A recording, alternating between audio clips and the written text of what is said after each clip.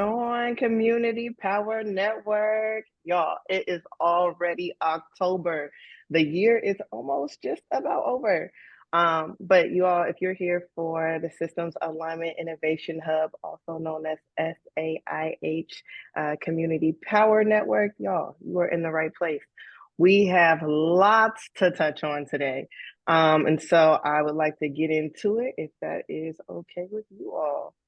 You all know how this works. And for the newer folks in the room, if you don't know how this works, go ahead and drop your name and your location in the chat, your name, your pronouns, your racial identity, and your organization. We want to know who is on the line. If you have not gotten to get familiar with our team, I am one of many brilliant and amazing team members, but my name is Nastasia Moore. I am calling in from South Florida. My pronouns, I use the she suite. I am Black and I am with the tech group. Nice. So go ahead and drop your name, your pronouns, your racial identity, where you're calling in from. All the things matter. And Nice. Nastasia, I see some new faces. I You see see new Angel. faces? I see Wait a Dr. minute. Heather Mosher. I see so many new faces. Is it okay if the folks, if this is your first time here, if you can come off mute and say a little about yourself? Welcome, welcome, welcome. Uh-oh, they weren't expecting this. Okay, you listen, this is a fun and anything can happen here, guys. Anything can happen. But Heather, you are, I think, yes, you're new to the space. You want to introduce yourself, tell us your name, pronouns, where you're calling in from, all of that. Yeah, my name's Heather Mosher. I am in Oregon, working in Connecticut with the Institute for Community Research and the Youth Action Hub. My pronouns are she, her, and I am like extremely happy to be here. I missed the last two. I was out of the country, and I'm excited. Nice. Well, we're excited to have you. So welcome, welcome. Angel, I saw you come off mute and then you went back on mute, but come off mute for 2.5 and tell us who you are, where you calling in from, all of that. I am just waiting for my perfect moment to shine, which just sounds like it's come. Hi, everyone. My name is Angel, last name Cotto. I am Puerto Rican. I'm from Connecticut, also Institute for Community Research Youth Action Hub team here. So happy to see everyone's beautiful faces and see everyone's names here as well. So thank you for the nice introductions. Yes, shine along, shine along. Okay, May, you look newer to me too. Hi, my name is May Reali. My pronouns are she, her. I'm white. I work for the Pennsylvania Coalition Against Domestic Violence. In my role, I get to travel all over our Commonwealth. And so today I am joining you from sort of right outside of Philadelphia. And I'm thrilled to be here. Oh, nice. Thrilled to have you here. In the swing state, not to get political. It sure is a swing state, and I hope that we swing in the right direction.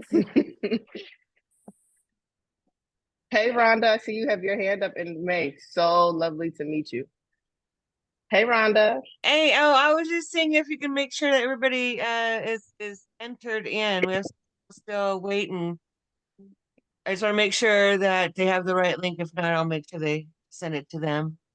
Okay, cool. Michael, can you do your background magic to make sure folks in the background get into the room? Any tech issues, can you all write Michael Harmon field? He'll get you all set up. Okay, Caitlin, are you newer to the space as well? I've been here a couple times, but I'm with Heather and Angel. I'm with the Youth Action Hub. It's good to be here again. See everybody. Good, good, good. Nice to see you. Nice to see you again.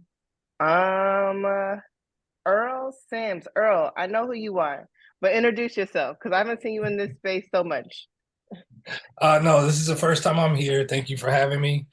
My name is Earl Sims. I am joining he, him pronouns. I'm joining you from California. I am an executive director of a really, really small nonprofit organization. So looking to collaborate with other organizations that are doing this positive work And I also sit on the Racial Equity Work Group for California Interagency Council on Homelessness. That's right. Nice to have you, brother. Okay, Good to be here. who did I miss? I see Lamont, who did I miss? I see a Richard Taylor. He came on camera briefly. There you go, Mr. Taylor. Yes, hey, I'm glad to be on this call today. I was on one or two earlier calls. I like what the group is doing. We work with communities in 4 states. I'm based in Nashville, Tennessee, but we work with communities in Tennessee, Oregon, Arizona, and Missouri, and just glad to be here. What organization, Richard? Oh, I'm sorry, eTransX. eTransX is our company. Oh, what does eTransX do? We provide software to do cross-sector collaboration between different sectors that are working to address one of 4 areas: the social drivers of health, poverty, substance use, and child and youth development. Wow, very interesting. Very interesting. Very nice. Did we miss anybody who's newer to this space? I don't want to miss folks. No, I got everybody. All right. Sounds good. All right, let's get into our journey for today, if we will. You all, we are on session 17. You know how we do. We have to start off with our land and labor acknowledgement. We don't start business until we do this first. And so the beautiful Lori will facilitate our land and labor acknowledgement. Don't be surprised if she calls on one of you, because this is a collective movement here. We always do a Do It for the Culture piece. And so we'll share our Do It for the Culture piece for this month, centered around Indigenous Peoples Day. We'll do a recap of last session. Y'all, we are going to get into community agreements. One of the things that we thought about for today's session, in which Lamont is very adamant about, is making sure we're all on the same page with our community agreements, because this session is unique to how we traditionally do content or sessions. We want to make sure we are respecting what is being learned. We want to make sure we're sharing space. We want to make sure that we are in community together as appropriate. So we're going to go over some community agreements before we get started. And then it is back to you, Miss Chris Hollis, with community-based social marketing. Okay, listen to this. If you all are good with this agenda for now, I just need some reactions to know that you all are good with this, and then folks are still with me. Yes. Okay, cool. I appreciate you. Miss Lori, can't do business without doing this piece first. Can you facilitate our land acknowledgement, please? Thank you, Nastasia. Mai ku'aloha mai. Welcome, everyone. It's wonderful to see beautiful faces and hear the energy in the chat and feel our spirits come into alignment for this moment in time that we're sharing together for the Community Power Network. For those of you who are new to our community, my name is Lori Pampilo Harris. I identify as she, Oya, and Shay. Oya reflects my Native Hawaiian Indigenous identity, and Shay reflects myself as a descendant of the Mandaya Muslim clan of Mindanao, Philippines. I am a settler on the land of the Seminole and Tacubaya tribe, also known as Tampa, Florida. So as a Community Power Network and as part of the Systems Aligned Innovation Hub, we are starting our time together by recognizing the land that we each are on is Native land. And so we begin our CPN with this acknowledgement, and we would love for a volunteer to come off mute and share the land acknowledgement, which also includes actions that we would ask for you all to consider. Would we have a volunteer who would like to come off mute and read this land acknowledgement for the group? Sure, I will. Thank you. Land acknowledgement. Today, we would like to begin by acknowledging the Indigenous peoples of all the lands we are on today. While we meet today on a virtual platform, we would like to take a moment to acknowledge the importance of the land and resources, which we each call home, but as always will be Native land. Despite centuries of genocide and occupation, Native people continue as vibrant and resilient people. From the beginning of time, Indigenous people have built community and organized together, understanding the power and necessity of collective action. We deeply respect these sovereign people who have been caretakers of these lands since time immemorial. And we hold a deep gratitude for all they have done for the land in which we have settled. As we gather today, we commit to actively supporting Indigenous communities through specific actions like donating to local Native organizations, attending educational workshops, or advocating for policies that uplift Indigenous voices to honor the history and ongoing presence of the people who is always called this place home.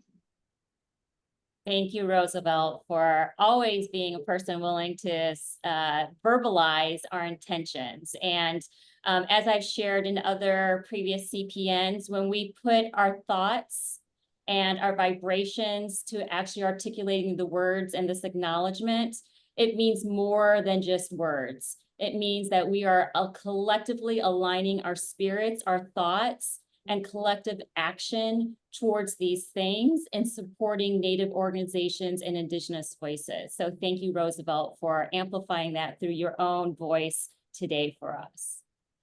Next slide, please. So during each CPN, we put an equal importance and value by sharing a labor acknowledgement where we respectfully acknowledge the debt that we all owe to the enslaved people of African descent, whose stolen labor and suffering built and grew the economy and infrastructure of a country that we all benefit from now, but yet refuse to recognize their humanity. And so would someone please come off mute and share this this labor acknowledgement from the slide, please? Got you, Lori. This is Jaja. Thank you. We humbly acknowledge and honor the profound contributions of enslaved individuals, predominantly of African descent, whose unwavering labor and endurance forged the foundation upon which our nation stands today. Their toil and suffering, endured amidst the brutality of chattel slavery and the insidious legacy of Jim Crow, shaped the very fabric of our society, propelling its growth and prosperity. We stand in solidarity with the descendants of the enslaved, bearing witness to the enduring repercussions of their oppression and vowing to dismantle the systems of inequity that continue to perpetuate their marginalization and exclusion. We acknowledge their labor, honor their sacrifice, and actively work towards a future rooted in justice, equity, and collective healing. We commit to long-term anti-racist action by challenging oppressive systems in our personal and professional lives, always centering Black leadership and prioritizing their needs and guidance. Thank you, Jaja, for creating your voice and lifting this up and verbalizing it. So if we align with what Jaja has shared in this labor acknowledgement, and you also want to commit to your personal and professional lives to always centering Black leadership and prioritizing their needs and guidance, let me see an emoji up on your screen. Let's affirm what Jaja just shared with us. Thank you. All right, let's continue with our journey together with our community, or actually I think we're gonna take a look back at our last CPN. Yes. Okay, so right before we do that, we love to do this Do It for the Culture segment, right? And so like in this particular project, we don't do business as traditional as people would just you know, an agenda and then get to the content and then get to the facilitation parts. No, that's not how we roll here. We honor and uplift each other's cultures. We honor and uplift who we are in the moment. And so we do a Do It for the Culture segment in honor of the people that we work with, in honor of the cultures that we celebrate, in honor of the racial and ethnic groups that we are trying to advance racial equity and social justice for. And so if we take a minute, we have this segment on Indigenous Peoples Day, For those of you who are familiar or unfamiliar, it is a holiday. It's a national holiday in the United States that celebrates and honors Indigenous American peoples and, commemorates their histories and their culture. I want to say it's celebrated across the United States. It happens the second Monday in October. And I know that some organizations honor it, some organizations still call it Columbus Day, either or. We are going to tap into what Indigenous Peoples Day is about.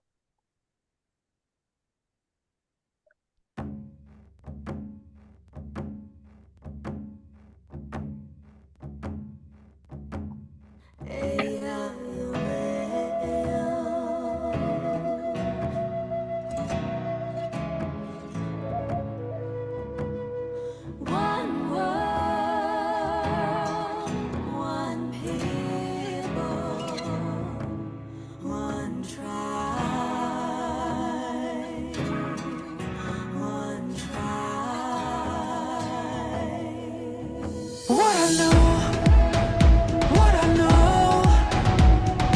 we are one. What I know, no, we are one. It all starts with the people. One people, we stand all together, one voice saying yes we can. Each one, reach one till we pull ourselves up, cause we all one fam. From the rest of the block to the Perry to the Rock, we connect that love. Cause the people with power feel the power of the people when we stand as one. I got you stuck off the realness. We be indigenous, you heard of us. Max Heaven, the murderer, spreading the love with the water and earth. And the stand against hate, gotta know what the purpose is. We rise, the climate is changing, the signs of the times. It's time to start praying. Pray for the world and community. Prayers are more powerful when we're in unity. What I know, we are one. What I know,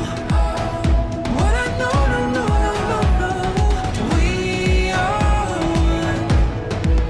one. Woke up today, hungry for a change, new path to take. Can't stay the same, it's been too long. Pointing out who's right or wrong, can you hear me out? All we need is a little bit of love. Take time to heal and it starts with us. Hand in hand, I put my trust. In one world, reunite, it's a must. Hold on to hope, we can overload. We can break the code with a single note. Sing out for the world to hear that our time is now, no more for tears. I looked into my son's eyes, a new day in a new light. Lift the veil and dwell so peaceful. Come together, one world, one people. What I know, we are one. What I know, no, we are one. It's who you are, it's who I am. We all bleed the same blood, yeah. Hey. We all bleed the same blood. We got beautiful differences, let me give you a peek. Over 500 tribes, but we all unique. And if we could not compete to eat, nothing could beat us. Jealousy is more dangerous than diabetes. See this unity? Imagine what it looked like. You would think we would do whatever it took, right? I would do anything for this good life. We could do anything if we unite. Young native, you are my savior. So you're praying for our inspiration. From the block to your reservation. Any color, all my relations. From the basement, worldwide invasion. Every day we're painting our faces. Fighting back but learning our language. Dancing our dances, saying our prayers.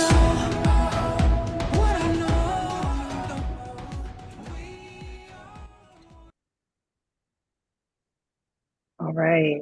So I wanted us to share in this moment because I feel like on Indigenous Peoples Day and every day, this particular clip is here to say that Indigenous folks are here to stay and that we are all one. The clip speaks to saying that we are still here. I think that this is really important because I think research and studies shows that Native people are often left out of mainstream media, right? Which makes it really hard for us to understand Native communities in context. So in this space, I feel like we're here to push back, right, against that, what Lamont would call invisibility, right? Native visibility by lifting up real contemporary Native voices and helping Native people share their stories.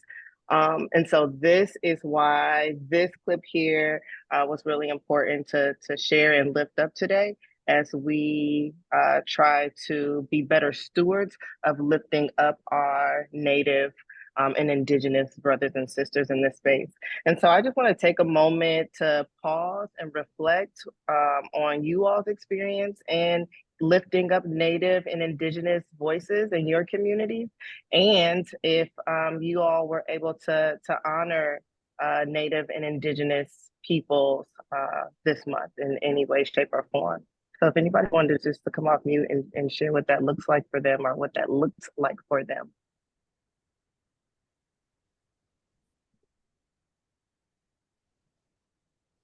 I'll start us off.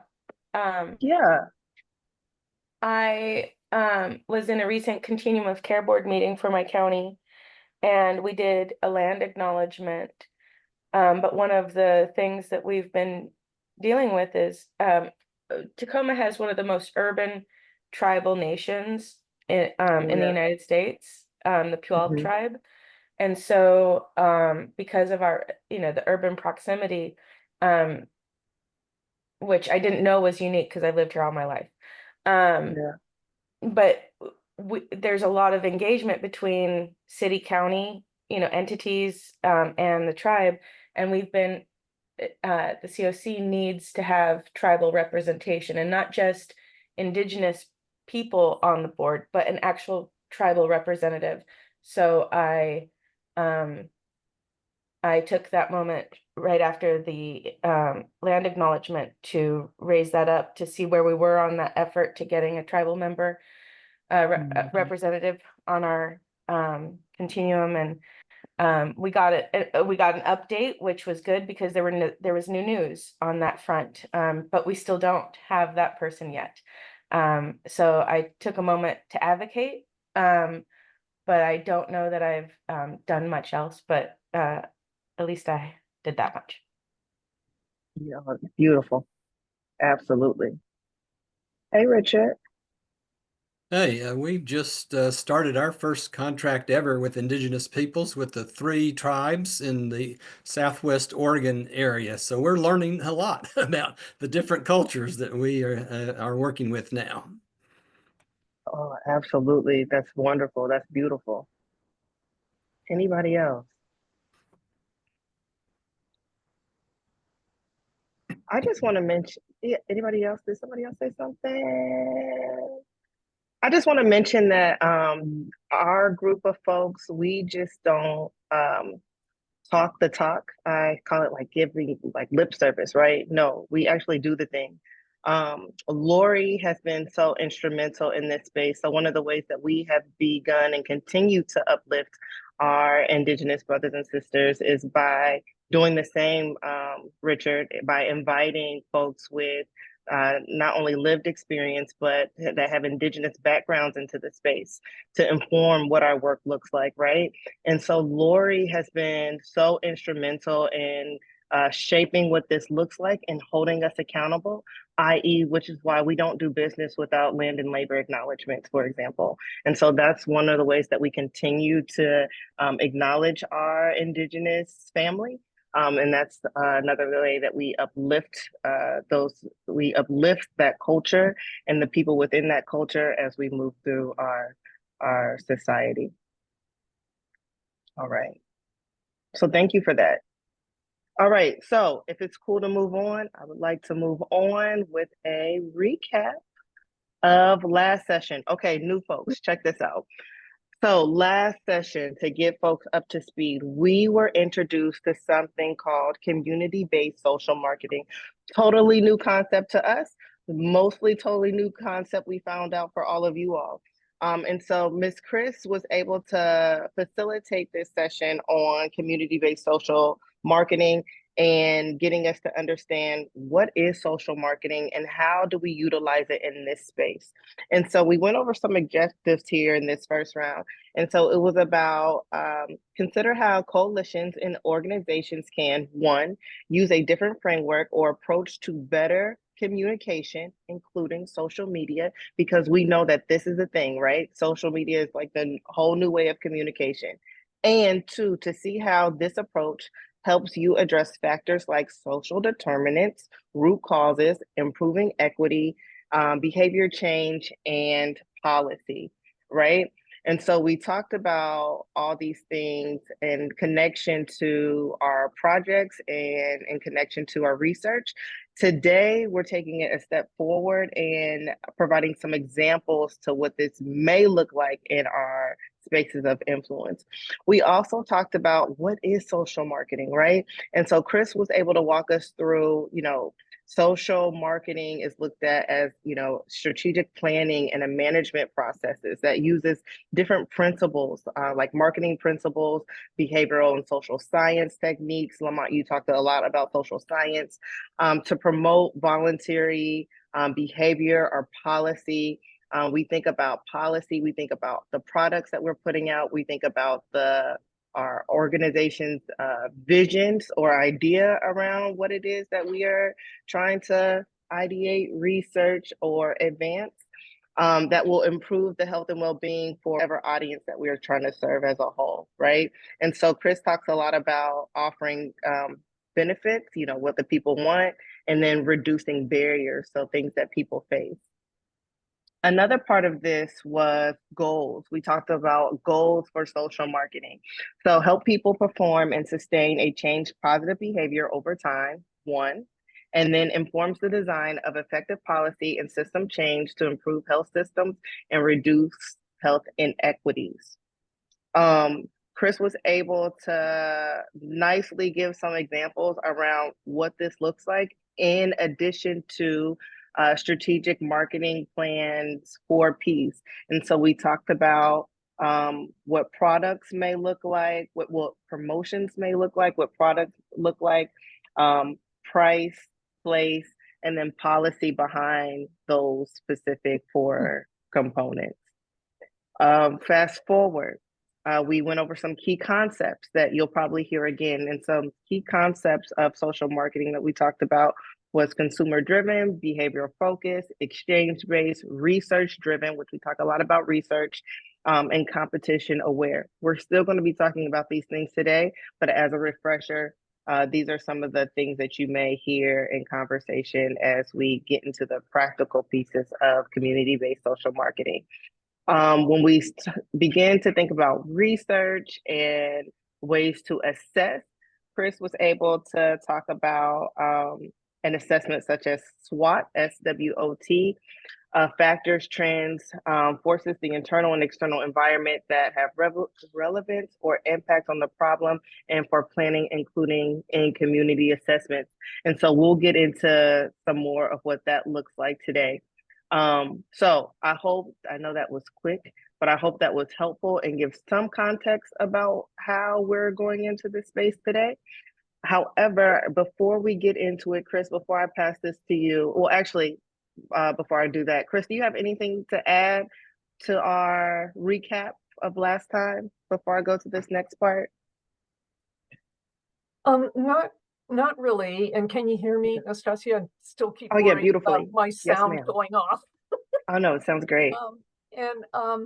No, the major thing is I just wanted to say to people, especially if you're new and looking at this, I've said to Nastasia that I will kind of put together something for you, thank you, Lamont, in case people didn't know, that's a great, yeah, what is SWOT?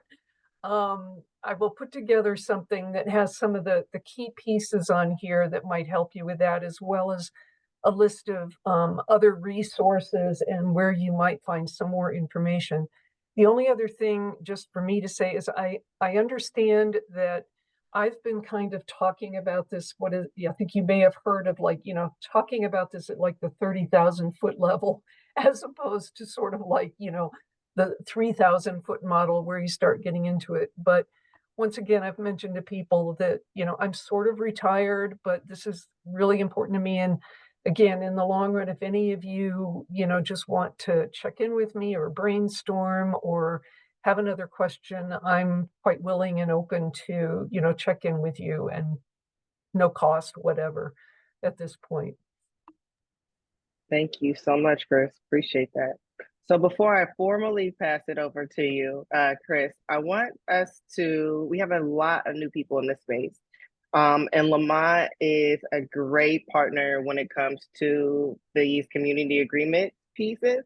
You all, these community agreement pieces do a couple things, right? They help us get through the material as appropriate with understanding where each other is coming from. And we want to prevent, we want to prevent friction among us, whether we agree with something or disagree with something. It's kind of ways that we navigate conversation in this space together as adult learners. And so if I could start us off with what some of our community agreements are today before we go into actual content. And if you all could come and do this along with me, I greatly appreciate it.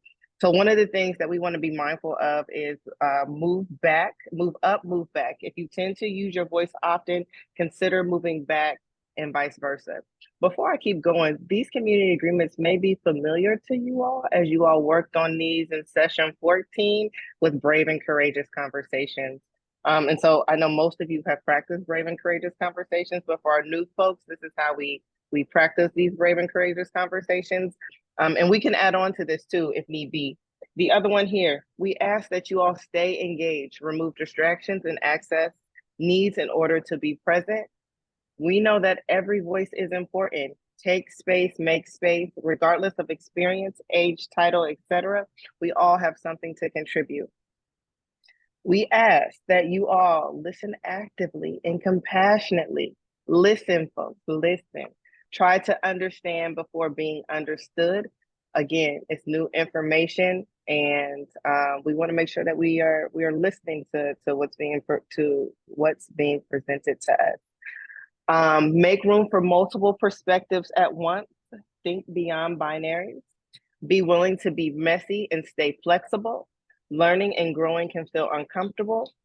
Throw glitter, not shade. Invest in yourself, invest in each other. All right. Do any other folks have anything to add to these community agreements before we get into the meat of our conversation today? What's missing here? Anything?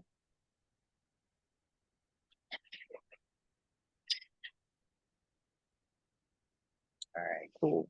So if we're good with this, can I just get some emojis or some thumbs up so we can move it along? Cool, cool, cool, cool, cool. Nice. I appreciate it. All right, Chris, it's all yours. Let's talk about community-based social marketing, part 2.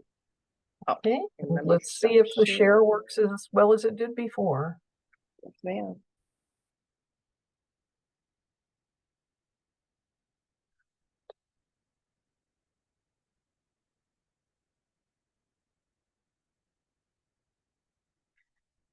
Okay. So I'm assuming, can everybody see? I know it told me you could, but it looks could have good. lied to me. Who knows? No, it looks good. One thing for all of you, again, I just want to stress, especially since our time is limited and it's happened last time, is I'm going to try to go through this as quickly as possible, but there are several slides in which I'm going to ask questions or try to get your input or ideas and try to think of this as just fun and sharing with people. But I will try to go through it quickly because I have the feeling that we'd like a fair amount of time at the end for, discussion, questions you have, comments you want to make, any kind of experience you may have had with this and you want to, propose that to others or bring it out. So I'll try to make sure that we have the time for that. Again, going back to the community agreements, please, I urge you to engage in this wherever there are questions or comments you want to make, please do so. Other than that, it just gets boring to have one person just keep talking all the time and stuff.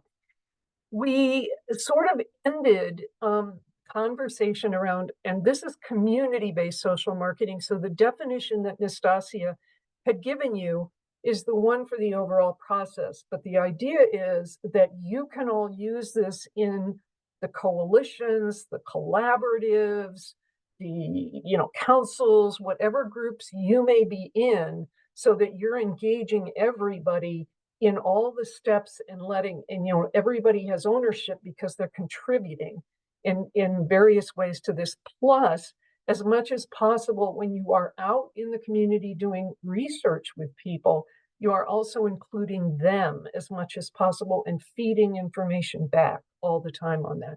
So it's just the method in which you kind of do it. This slide was basically used, and I know most of you deal with this, sort of your downstream outcomes. Really kind of, when we look at these rates, when we look at these outcome indicators, we know there's a problem.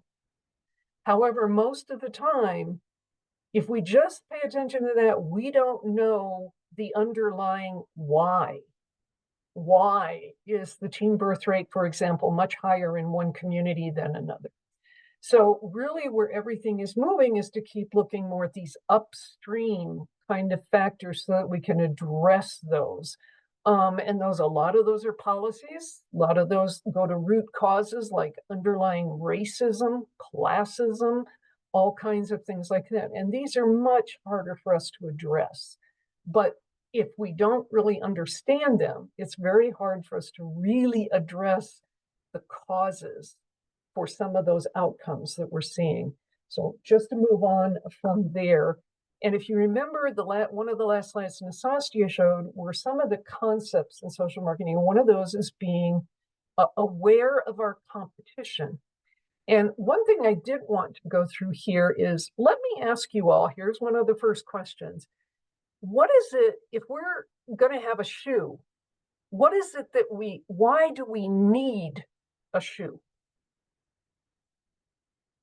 Why do we need a shoe? Anyone?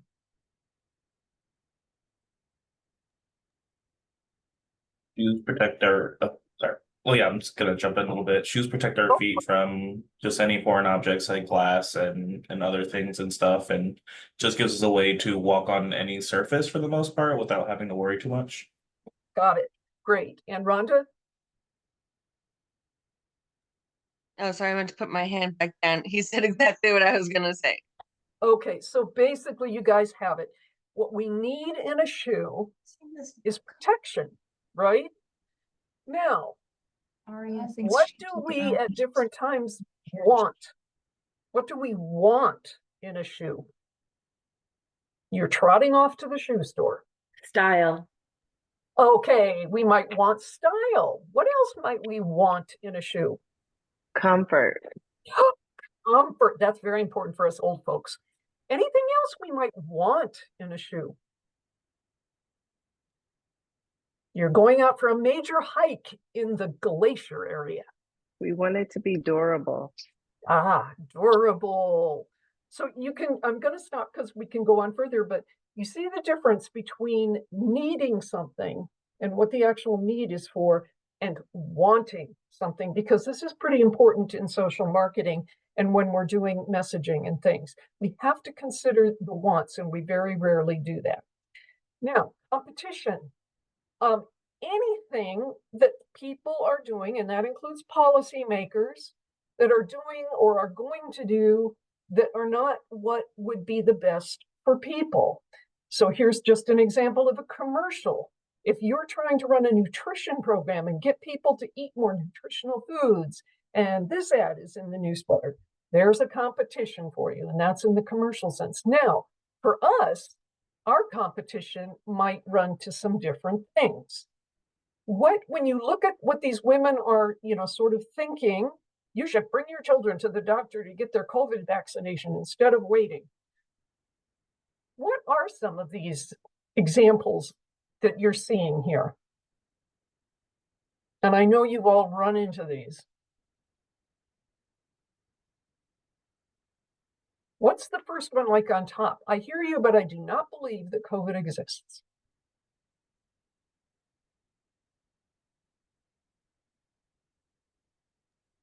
Aren't these sort of beliefs that people have? These may be cultural beliefs. They may be all kinds of other beliefs or perceptions that people have. And perception is reality. Well, I would argue one of them is not opinion. One of them may not be opinion, but opinions can be barriers. Yes. How about any of those other ones there? Have you kind of heard these before? I hear you, but I don't have a car. Barrier. It's a barrier. What kind of a barrier? And I know I'm hearing this all the time. I can't get to the hospital. What kind of barrier is that? Transportation. Transportation. There you go. Okay. I can't get there. My access is limited. How about, I hear you, but your government infected our people? What kind of a competition or barrier is that? History. Yes, yep. History. Yes, exactly. Trauma. Historical, traumatic history, all kinds of, experience back there. You've got it. And with certain, definitely, we've talked about culture here and different groups of people. That's a big one. And it definitely came up in New Mexico, let me tell you, with COVID. I hear you, but I do not like being told what to do by you. Any thoughts on that? I think a lot of it has come from teaching the way we do it and everything, but that's actually what's called reactance theory. But it's like, I used to tell people, it's like when I was a kid and I'd look around my room one day and I'd say, oh, I might clean up my room today. What the heck? And my mother comes in the door and she says, Chris, why don't you clean up your room today? And I go, oh no, don't tell me what to do. I'm gonna go do something else. That can definitely be a factor, especially in the way that we put messages out sometimes to people. So just jumping on, but think of these as like both competition and barriers that are faced. So when we're looking at, and we'll get to the segmenting in a minute, who are the most that are affected by this? Is it everybody, or are there certain groups of people that are most affected? What factors in their lives? We call these social drivers of health or social determinants of health at times. Back to my thing before, what do they not only need, but what do they want? Okay, what are their values around this? How do they perceive the problem? Because they may see it totally differently than we do. What concerns them? Is it their children? Is it something else? What language? What cultural, historical, race issues are there? What underlies this? And how do they get their information? How do they prefer it? So these are some of those audience research kinds of questions broadly that we want to be looking at. And the other thing, let me ask you, do all of you have, sufficient funding to address everybody in your population or everybody in the world? Stick up your hand. How many of you have that kind of funding? No. Pretty true. So one of the keys with social marketing is we usually don't have the resources to do everybody, and we may not want to address everybody. So the concept is that we segment audiences. We find those, you remember that question back up before, of who is most affected, for example, by this in a negative way, for example. But the idea is that you find, and let me get into a little bit more breakdown of this. One of the things we do need to ask, who is most affected and who has biggest need. However, in social marketing, we also look at where's the greatest opportunity for change. So if you look at this graph, and let's say you've gotten to know your broad audience or your population a little bit better, a lot more people are more likely to change. These are kinds of the people that you sometimes think of as, I'm talking to the choir. Or they may be more educated or just more informed. They're the ones that might be early adopters. Hey, good idea, I'll change. First ones in to get the COVID vaccination. There are also a group of people who, just as we said, are more effective. They might be at greater risk of this just because of where they live, how they live, their housing conditions, things like that. So if you are a social marketer, you really want to address those people who are probably going to do it without any kind of promotion at all? They're like your first COVID things. Okay, I know the science, I'm in. Or what about people who will walk barefoot on broken glass before they'll do that kind of change? Not me, not COVID. No vaccines, those are bad for you. And they're just not going to change. What we really want to look for is, where do we have the possibility? Those people who are somewhat likely, but they're on the fence, but there is an opportunity for change in there, and they are at higher risk than those people who just will do it on their own. That's what we're kind of looking for. That's where we can have probably most impact in that, if we go about it correctly on that. And this kind of is another way of saying it. Do you feel the people who are buying one of these cars, are they going to be thinking alike? Is their life probably going to be similar? Things like that. Any thoughts? Do you think there will be differences? Nastasia is nodding her head, so I can at least see that. Okay, so that's why we're thinking. Just coming off mute. I'm sorry, I had to Mark, step go off ahead. camera. Yes, there'll be differences.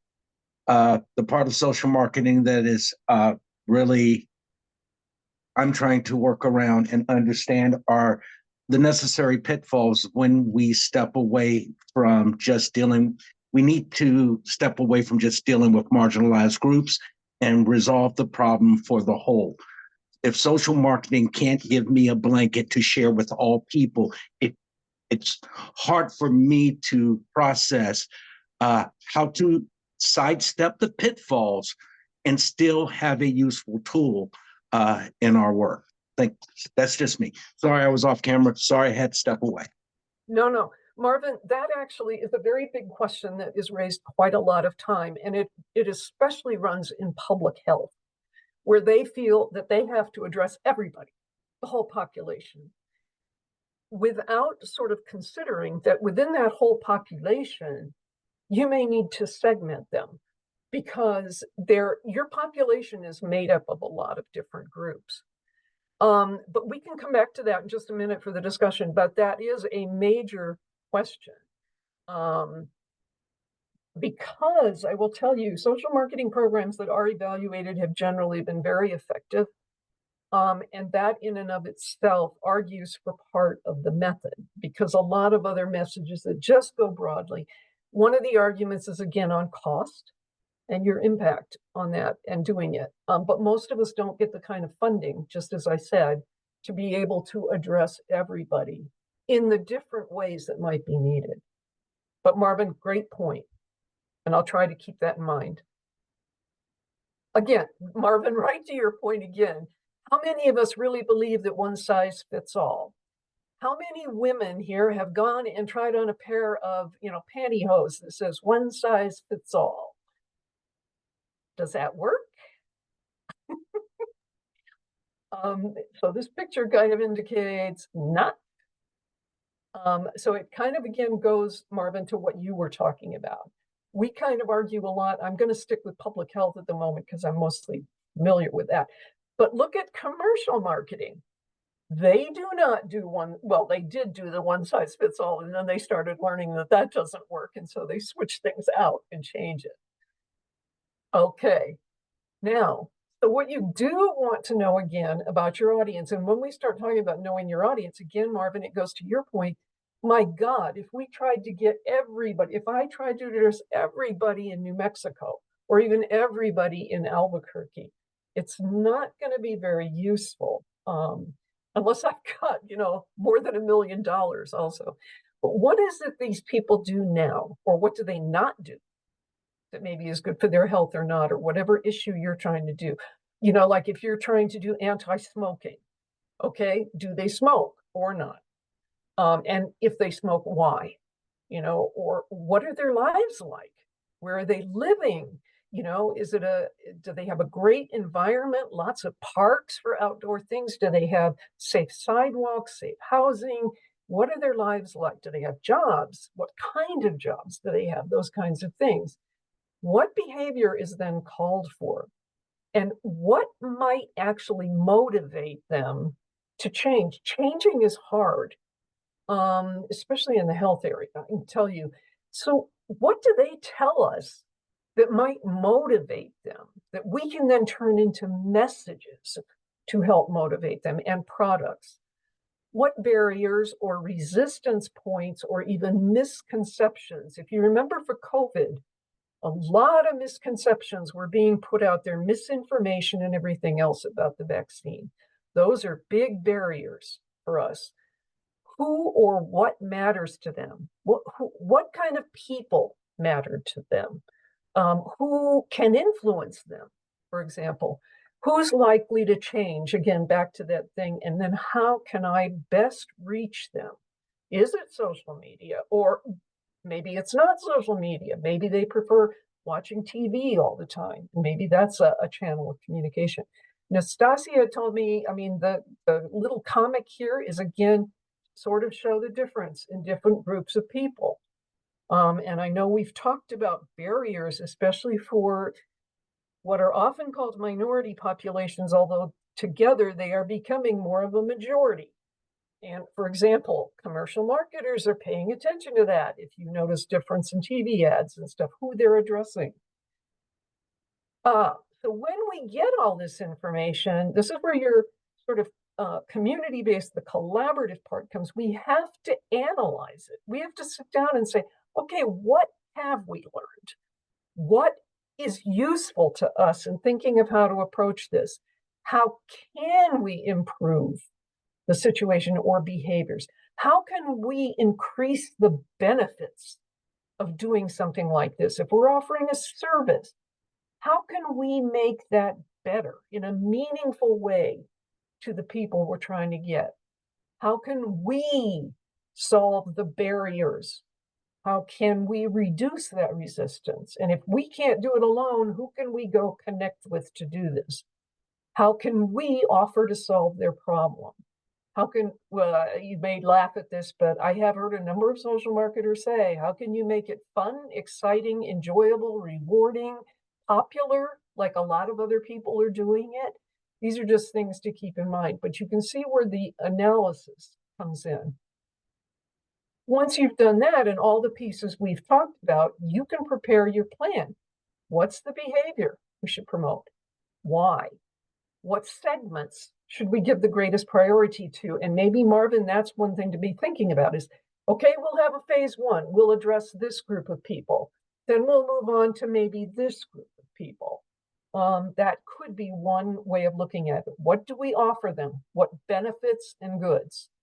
How should we, how are we going to make ourselves different from other people? How do we distinguish it? You're very aware, I think, in the ads of commercial products, how they try to do that. How can we lower costs? And those costs are barriers to them. If it's transportation, what do we do about that? Or who can we go and work with to do something about that? Where do we offer this? And where do we get our messages out?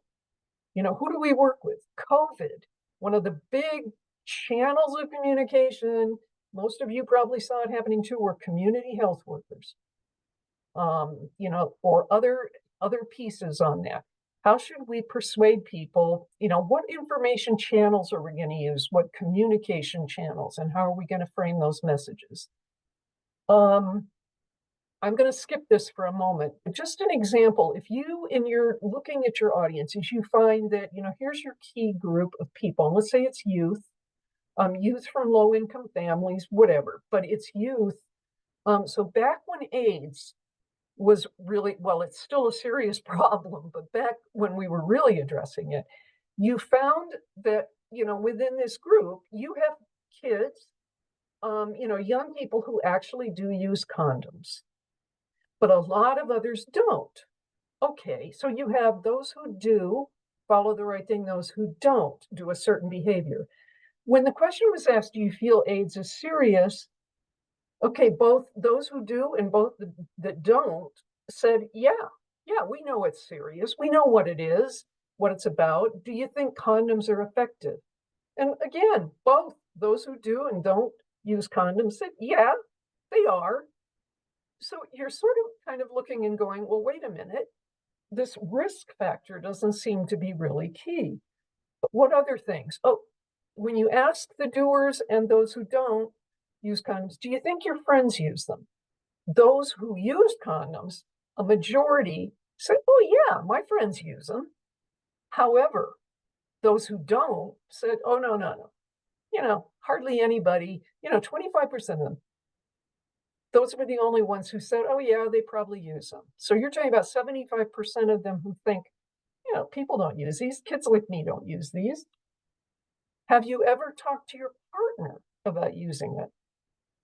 My goodness, of those who did use condoms, 85%, a big majority say, oh yeah, I talked to my partner. However, those who don't use them, very few ever talk to their partner.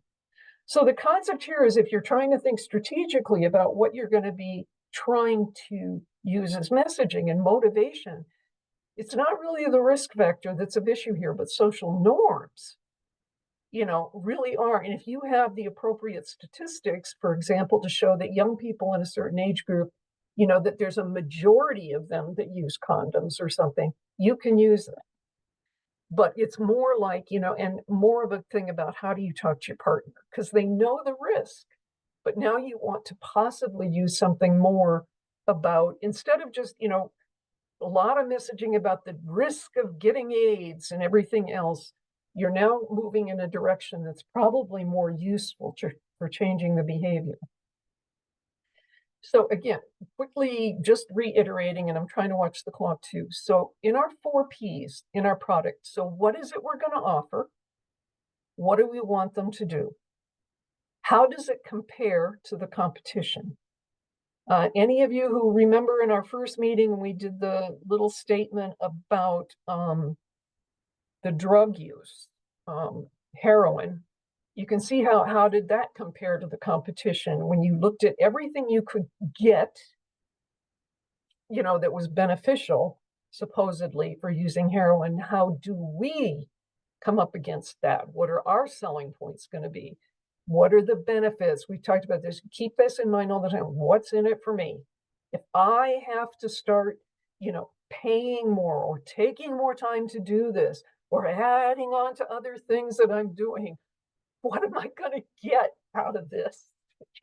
Emotionally, socially, all of those kinds of things. Here are just, I don't think Mustafa's on here, but I wanted to just show a couple of examples. The Verb project, I don't know if any of you have heard of it, but that was a CDC program here to encourage youth activity, because we're very concerned in this country with youth obesity. So this was a huge national social marketing program. You can see that it's even in various languages, but encouraging young people to get out and do things, to be active and everything. On the right-hand side, it was a slightly different approach, again, from the CDC group. But if you looked at each one of those little sayings there, as the man is trimming down his waist and getting rid of weight, are things like the benefits. I started shooting hoops with my son. More time with my son, playing with my son, these kinds of things. I'm zipping along here. Okay, price. Again, what is it going to cost our consumer? What are the big barriers? Time, money, emotional effort. If you're breaking off from substance use, you're going to be sick probably for a while.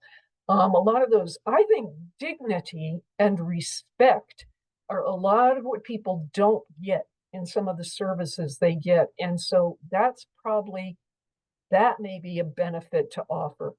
Voter approval, that might be your policymakers. Do they care about that? Dealing with racist providers, you may have a wonderful hospital and you're trying to get them in for services, but if people know they're going to be treated badly because of this, that's a huge cost and barrier. So how do we make those costs less? How do we offer something to help them as they move along on that? Increased respect, perhaps, because we've trained more providers and, sort of instituted policies in a hospital that would do that. Okay, so to the consumer, again, just thinking, are the benefits worth more than the costs at this point? And what are we doing to help them overcome that? I don't know, again, if any of you have heard of this or if you've lived in North Carolina, this was a social marketing program. It was basically put on and wear your seatbelt, or if you're not, if a cop sees you or something, you're going to be ticketed. No warnings, no nothing. You're going to be ticketed. And you can kind of see by the chart that when there was both enforcement and the media, the social marketing program, from October, it went, look at how people started using their seatbelts.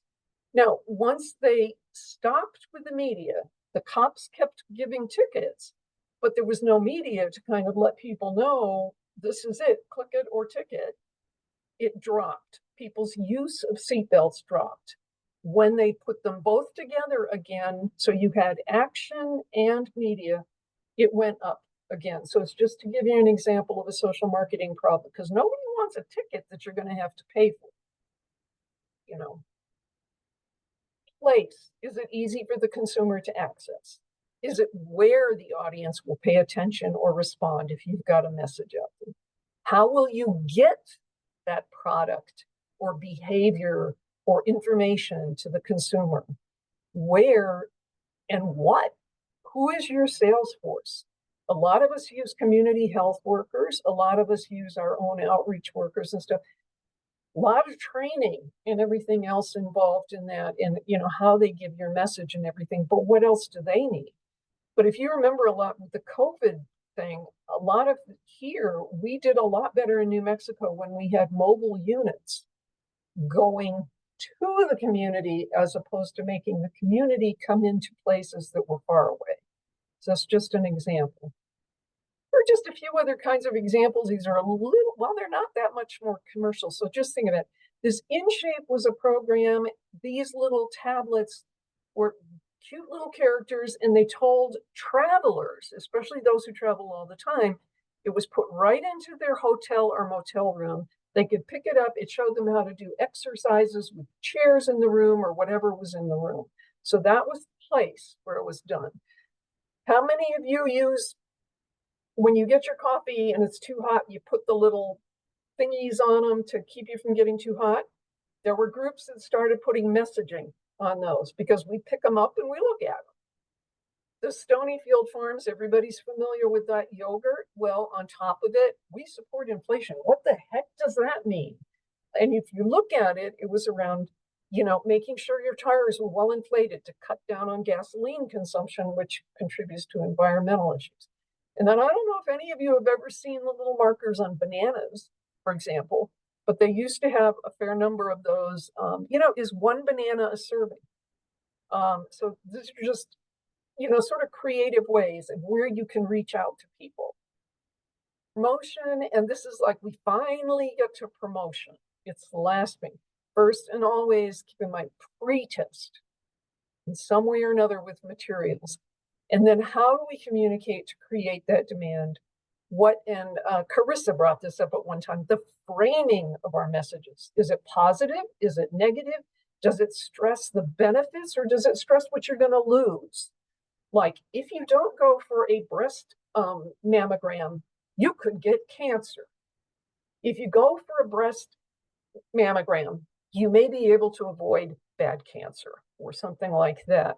And what's the tone? Is it friendly and neighborly, or is it like authoritative or something like that?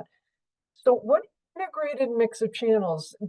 Try not to depend on just one way of getting messages to people, which is happening with social media a lot, I think. Who disseminates these messages? Who else can you get involved in doing them? And these days, how do you get your messages to stand out in all the clutter that we have in terms of channels and everything else?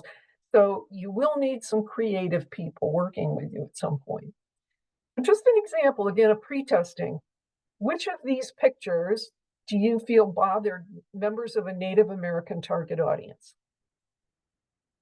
In other words, they were given the choice of two pictures to use in a message or a media. Anybody want to guess?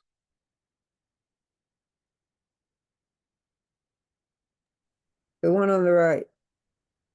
The one on the right, you feel that bothered. How about anybody else?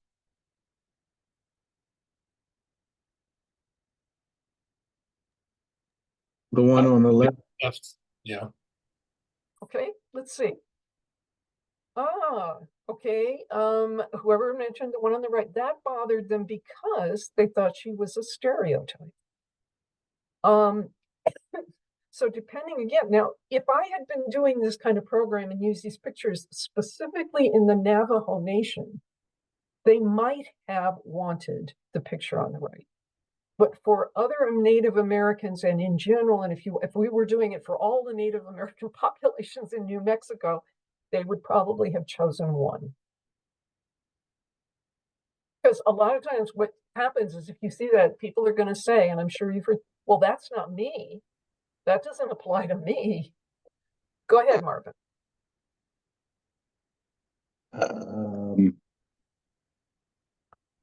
I know that there was focus on the Navajo Nation. If you go to any reservation, assimilation, as the picture on the left shows, doesn't exist for people. It would bother them because it's not true. So I think it's, once again, larger than just, I think this one I would say would be geographical or indoctrinal. If you've been indoctrinated and you've entered mainstream, the one on the right does bother you because it's the stereotypical one they tell you doesn't exist. For folks that are peoples that are living closer together in strong communities, the one on the right bothers you because that doesn't exist. And if it does, it's for one, not all. So I want to dig into that a little bit. No, your point is a very, very good one in the reasons, but that is the reason that we need to pretest is because a lot of us know these kinds of things, exactly what you said.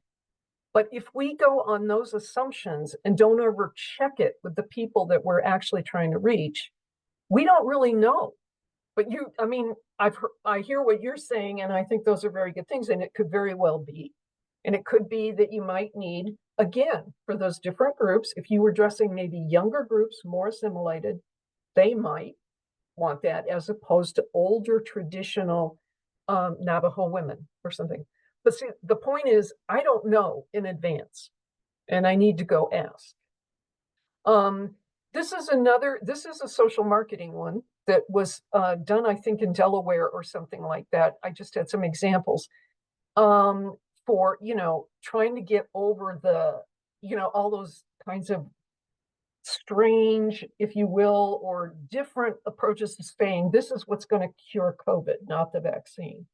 So this is one. So how we kind of pre-tested this in Albuquerque with some youth. Do you think this, what do you think their reaction might be to this one?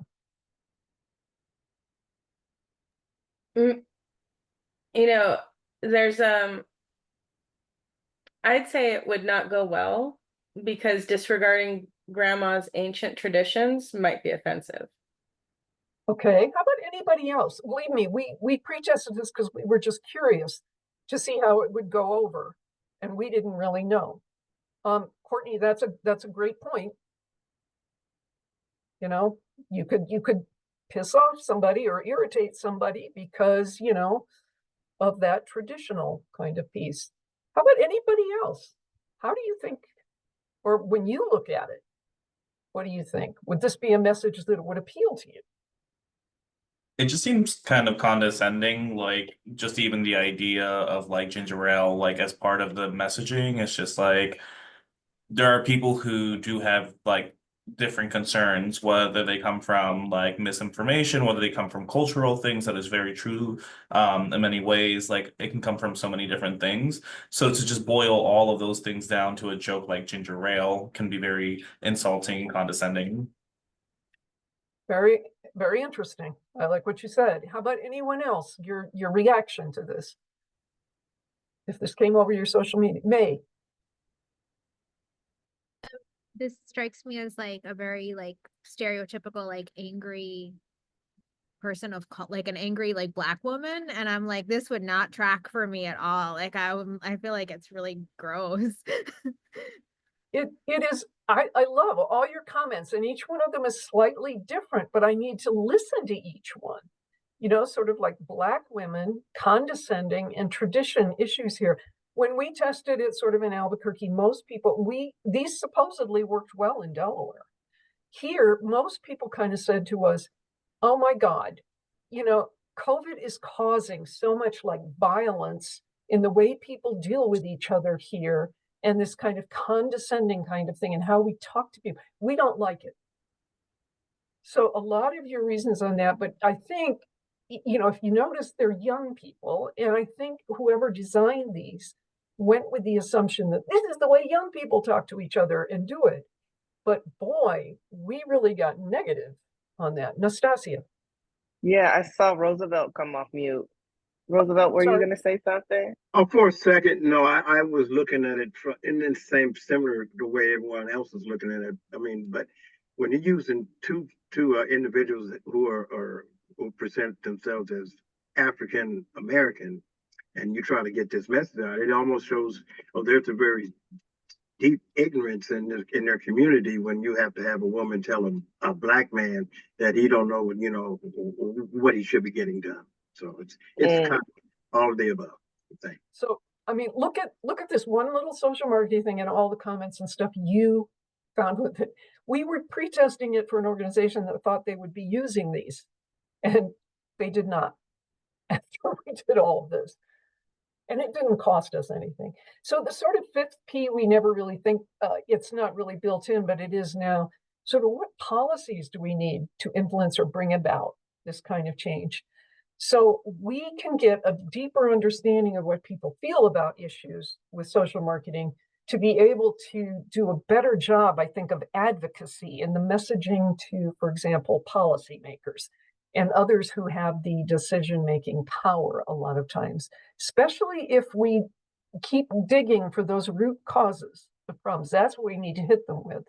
And I think most of you kind of know, you remember that we've had taxes on cigarettes, taxes on alcohol. Those are examples, of policy changes trying to move us in a direction.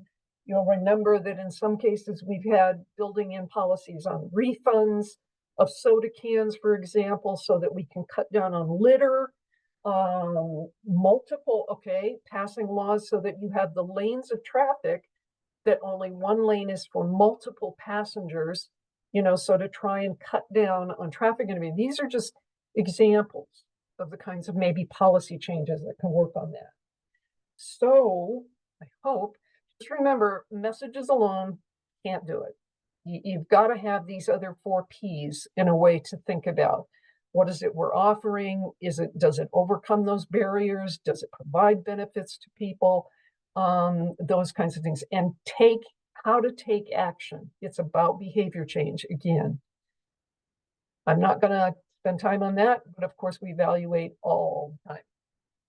So I'm going to stop. Nastasia, it's not as much time as we'd hoped for, but I'm hoping we can just talk a little bit, everyone, and Nastasia help facilitate, and Lamont.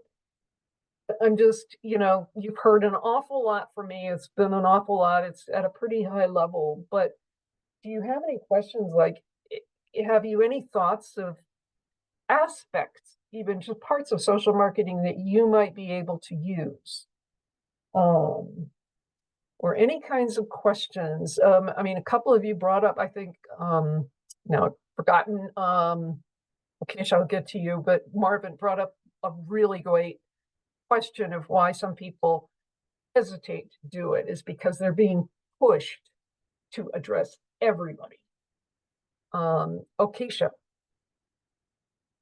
Yeah, one thing I would say at the beginning would be like, if you're someone using the chat, like the low hanging fruit, I would say in the other case would be, even if you're working with people that are willing to go along, and that's like your target audience that you pull from, you can still tend to the other group in a different way to make sure that other barriers don't pop up for them. Like, say you're tuned to this part of the grass, you're working on that, you can start work, planting seeds to where that other side of the, I guess, lawn doesn't get, the grass doesn't get too high. You know what I'm saying? So still start wrapping around caring and strategizing what you can do to get people to like start helping, or resources to get that other group, at least start getting them help or taking care of, while you're still, putting all your energy into one other like side. And the other one, I would say at the very end, when we were talking about the targeting or audience and like stuff like that. One of the things that I seen that was missing to get people to come back, you want to offer like loyalty program, like, to make sure people keep coming. So hey, you're utilizing, these things, what could be a benefit to make sure people keep coming in the checkup.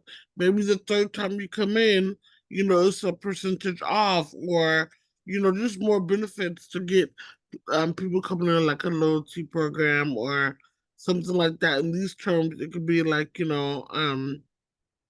far as like, help with housing, you keep coming in, you get like 50% off your rent, or like, you win like, housing supplies. So thinking of that way to strategize and get these people to not just show up once, because we know just giving someone a house is not going to help them, but all the resources. How do I keep going? If they fall, how can I cushion that fall? How can I make sure they know that I'm here to support them, you know, um, all the way through, not just you're in there, bye, so, maintenance.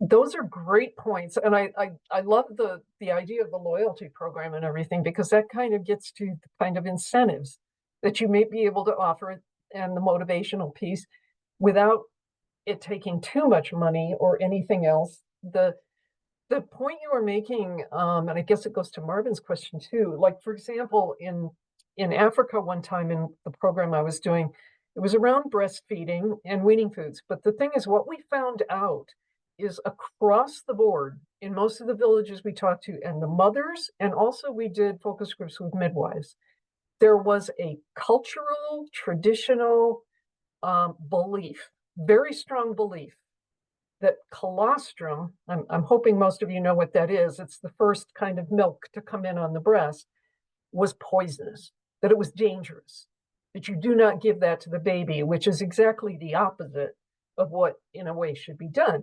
But it was such a strong belief in everything that we decided to kind of focus on the rest of the messaging at that point, leave that one alone, and that we would come back and do another program and figure out with the midwives in particular, because they were the trusted messengers, but to try and address them in a separate kind of program, but to pull it together so that that would be done. So it kind of goes to your point of do the low-hanging fruit, kind of like you were saying, where you can start to make progress and everything, then figure out more, get more information about how you can try addressing, another audience, but a key one, but in a more, with the more difficult kind of issue.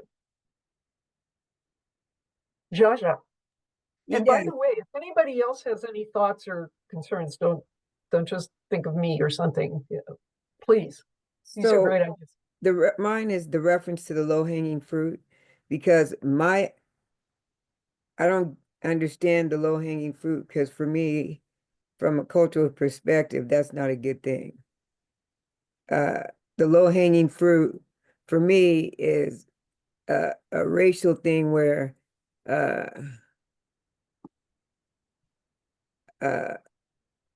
it's violence and harm, and so I'm not understanding that reference. You know what? The other people can please chime in on this. I have heard it a lot, and in my work, and people tend to try and go for it. I'm still not sure I fully understand what they mean half the time. I would rather think of things in the way that I put them for the social marketing is, where do you have opportunity? Is there a certain group of people that might provide you with more opportunity to move forward first? or something like that. But I hear you and your concerns on it, and it isn't a term I use all the time because it also seems to me to mean let's take the easy way first, and something like that. And I've just never seen people kind of prove it in what they do. But again, other people may have, please chime in, different ideas or things like that. Yeah, Chris, I think that's why context is important. And I feel like the way that you framed that scenario makes sense and may be appropriate in this space. I know exactly what you mean by low hanging fruit when we talk about this in the equity spaces, and so you're absolutely right too. And so both points valid. But thank you, Chris, for providing context around what you meant by low hanging fruit in this realm, because I think that makes sense to me. I'll speak for myself. Anyone else, or comment or question or thought?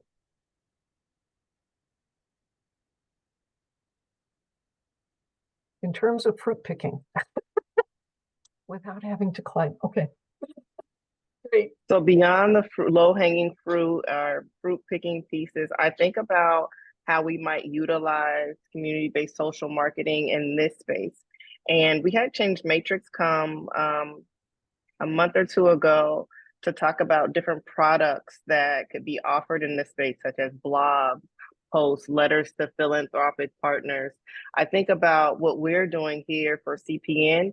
And one of the things that stood out to me is one of the 4 Ps. I think it was promotion, in the way that we promote CPN, the way that we attract participants. I heard a lot of folks talking about incentives. So creating incentives behind this particular network. I think about the social media piece. So as we are forever evolving, we know that social media and communication is a huge part of our work. And so we are thinking about how to utilize social media as appropriate in these spaces. And so this is really helpful for us on this end who are ideating what this may look like in our future. So I appreciate what you shared today. I'm curious about if anybody else is utilizing something similar to community-based social marketing. You just weren't calling it that. Because I think we're all doing the thing, right? We just don't call it this formal name. And so curious about others. By the way, Melissa said something that what did she say? appreciate. She said, you don't have to negate traditional medicine messages to uplift other medicine knowledge. And I think that's good. We kind of just backed away from it because we could see how strong that belief was. And we knew that we didn't have enough information at that point, even though we'd been doing a lot about it.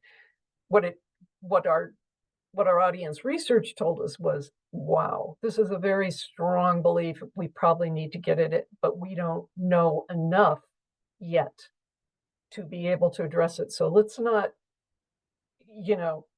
exactly that. It could have had real negative connotations or anything if we tried to do that. And some of this, it goes to, I notice, I was going to ask you all how you, in a sense, do your research.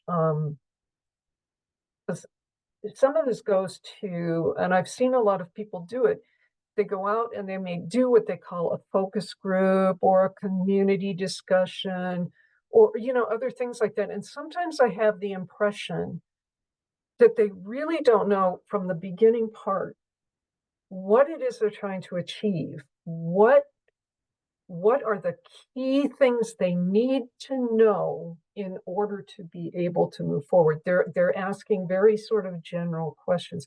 I'll give you one other example. There's a group I'm working with that I think has done a very nice job of doing what they call family dialogues or something. And I keep looking at it, and they're inviting families in who might have home visitors, and they're getting kind of interesting discussions around, what problems for example, are families facing in getting resources? But originally what they had said to me, they wanted to get some of this information so they could then do a marketing program. And what I don't understand is that they had all this great information from the families, but their marketing program their target audience were providers, physicians, everything else. And I couldn't quite understand how, without talking at all to physicians in any of these kinds of groups, why that audience would have been chosen. I mean, a lot of what families say could be put into the messaging. But the fact of the matter is that when they started doing it, they found out that basically a lot of physicians didn't even know what home visiting was. But I'm trying to say that one has to really think in advance about, especially surveys, one makes a long survey and maybe half of the questions aren't really all that relevant or not needed. The whole thing with this kind of approach is to just keep thinking. Thank you, Chris. This has been super helpful, and it really reminds me of some of the work that I've been able to do in San Francisco, where we were utilizing participatory action research. So we had individuals from the community help to design the tool or the mechanism to capture more data. And it helped us to stay focused, although the effort was with a government agency. They necessarily didn't accept the information because it was kind of like holding them accountable. But yeah, that's really it really reminds me what you shared today resonates with participatory action research. And then just like you said, I think it was Lamont who first brought up the community participatory research thing, which is a big thing. And literally that whole first part of doing audience research and everything in community-based social marketing is exactly the same thing, except that you are geared throughout for the kind of information you need from the audience to be able to move into planning, your strategic plan to address it, and especially in communication. Yeah, great. I'm glad you're doing it, but I can also see the government. Yeah, when you start digging a little deeper, like especially into root causes, and everybody here is kind of interested in systems and policy change. Now we're getting into difficult areas. Nice. Oh, we appreciate this so much, Chris. You all, we're at time already. If we can just give Chris some kudos, some claps, some hearts, something. Beautiful job today. Thank you so much. You all, I like to say circle the block. We will circle the block and pick up kind of where we left off with community-based social marketing in our community hours on the 7th, October 7th. Michael will send out some reminders for us. Lamont, Lori, Michael, do we have anything that we want to leave the people with today or anything that we forgot before we log off? Not that I can think of, other than just a huge thank you, Chris. I just learned so much. And as you all mentioned, Chris offered to provide some support to your groups, individually if you need it. So be sure to reach out if you would like that. And, probably in the future, I know Rachel's working on our equity capacity building grant. So we should have more coming up on that soon, but it is so great to see so many new folks. And yeah, thank you all. Nice. Thank you all. You're all great and you have great ideas, and I'm glad you're doing all the work that you're doing. Absolutely. Thank you. We appreciate you, Chris, and we appreciate you all. We couldn't have this session without you. Take care. Have a good one. See you on the 7th. And if we don't see you on the 7th, see you next month.